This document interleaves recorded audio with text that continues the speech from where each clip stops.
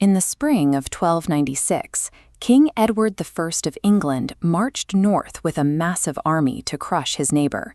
He sacked Berwick, Scotland's most prosperous trading port, and slaughtered thousands of townspeople before routing the Scottish forces at the Battle of Dunbar. Here in this image of the English coronation chair, you can see a large empty space beneath the seat. This is where Edward placed his ultimate war trophy, the Stone of Destiny. He stripped Scottish King John Balliol of his crown and hauled Scotland's most sacred symbols of sovereignty back to Westminster Abbey to cement his dominance. If we look at the raw numbers from the 13th century, this chart shows exactly what you would expect. The English economy and military completely dwarfed the Scottish forces. Geopolitically speaking, Scotland should have been easily and permanently absorbed into the English state. Yet, skip forward 300 years to 1603, and the two nations finally did unite, but under entirely different circumstances. A Scottish king peacefully rode south to London to inherit the English throne.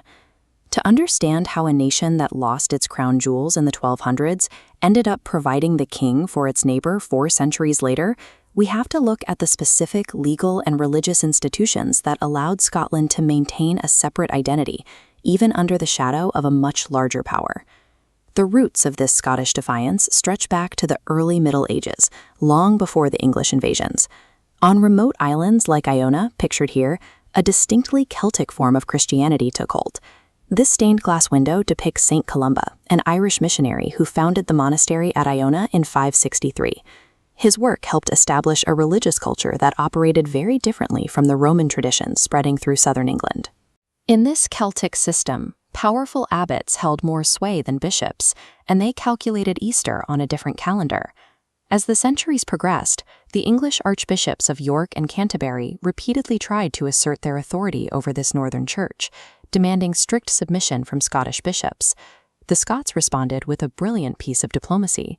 In 1192, a papal bull officially declared the Scottish Church a special daughter of the See of Rome. As this diagram shows, the decree bypassed the English archbishops entirely, granting the Scottish bishops a direct, unbroken line to the Pope. This early ecclesiastical independence was the first step in protecting Scottish sovereignty. It proved that Scotland refused to bow to English authority in any sphere of life. Following Edward I's brutal invasion in 1296, that sovereignty was nearly extinguished. By the early 1300s, the newly crowned Scottish king, Robert the Bruce, was a hunted outlaw, hiding in a miserable, freezing hut on the remote island of Rachrin. According to legend, as Bruce lay shivering and contemplating surrender, he watched a spider trying to spin a web between 2 wooden beams.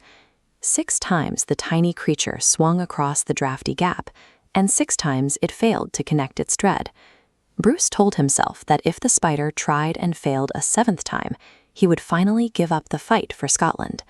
But on the 7th attempt, the spider secured its shimmering thread. Inspired by the creature's persistence, Bruce emerged from hiding. He rallied the Scottish clans, and in 1314, his heavily outnumbered army met the English at the Battle of Bannockburn, decisively driving them out of the country. Bannockburn demonstrated that while England could win individual battles, a permanent brute force conquest of Scotland was an impossible strategy. Realizing the sword had failed, the 2 rival nations eventually turned back to diplomacy. They decided to use royal marriage to secure a fragile peace across the border. In 1503, the Scottish King James IV joined the English Tudor line by marrying Margaret Tudor, daughter of Henry VII. This diagram illustrates how the 2 distinct bloodlines converged into a single node. At the time, this was a normal diplomatic marriage, intended to stabilize a violent border. For a full century, it remained nothing more than a footnote in border relations. But in 1603, the English Tudor line ended with the death of the childless Queen Elizabeth. Suddenly, the English crown was legally required to follow the bloodline back through Margaret Tudor to her great-grandson, King James VI of Scotland. A single marriage treaty had accomplished what centuries of military sieges could not, legally handing the English government to a Scottish monarch. In April of 1603, James VI departed the imposing stone walls of Edinburgh Castle, leaving his ancestral home behind to claim his dual title. He traveled south to London, where he was crowned James I of England and Ireland here at Westminster Abbey, the exact same building where Edward I had taken the stolen Stone of Destiny 3 centuries prior. James later boasted to the English Parliament that he could smoothly govern his fiercely independent northern kingdom from London. He claimed he could do more with a pen and a postal service than his ancestors could ever achieve with a sword.